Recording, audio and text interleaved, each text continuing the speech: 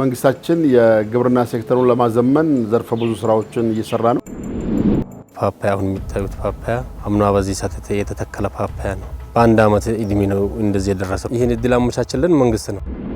ጥቅል ጎመን አለ አሁን ሊደርስ ነው።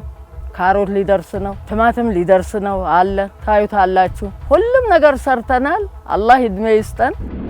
ሶላር ተሰጥቶናል። ውሃ ማጠራቀሚያ ሮቶ ተሰጥቶናል። ሽንኩርት እየተከለ ነው። ቡና እየተከለ ነው። ከሳር ቤት ወደ ቆርቆሮ ቤት ተለውጫል። ተብቆ ሞተር ከዚህ ቀደም በርካታ ችግሮች ነበሩብን። አሁን ግን የሶላር ድጋፍ በማግኘታችን ተጠቃሚ ሆነናል። የፍራፍሬ ችግኞችን አፍልተን እየሸጥን ነው። ይሄ መስኖ ከመጣልን በኋላ የበጋ ስራ ለምደናል። በመስኖ ማልማትን ለምደናል። ዝናብ መጣ አልመጣ ሶላሩ ስላለ አንድም ችግር የለም። 30 ከመጣ በኋላ ለራሴ ደግሞ ትልቅ ቤት ቆርቆሮ ሰርቼ ለራሴ መኖር ችያለሁ።